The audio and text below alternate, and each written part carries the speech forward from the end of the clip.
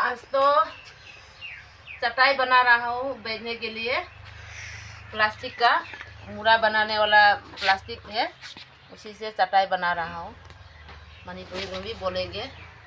असी से चक्चा फम्बगी फगमियाबा हजी लोली से लोइना से जोपी जैना सोनसु जोपी जैना ओइना सेमिनी हजी लोनगे।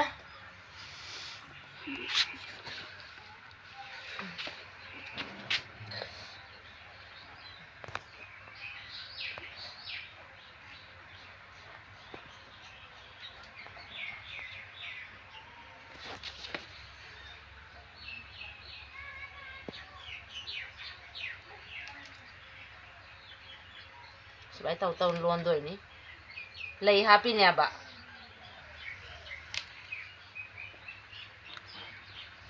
marigi matungda ama namdaraga mari matungda ama namdaraga loli ne ba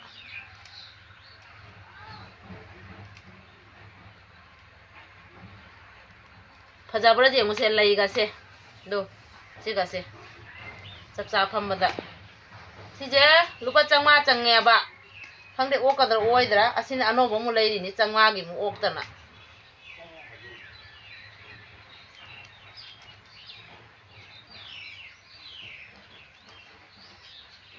फमना लई कदौनी सिगासे खर लोनझलिनि जुंगी त फमना रसवाइन सिगा नंबर सु लोन बजायबा नंबर आईडी मीगी ममिंग ने मीगी ममिंग हापगा लोन बजाय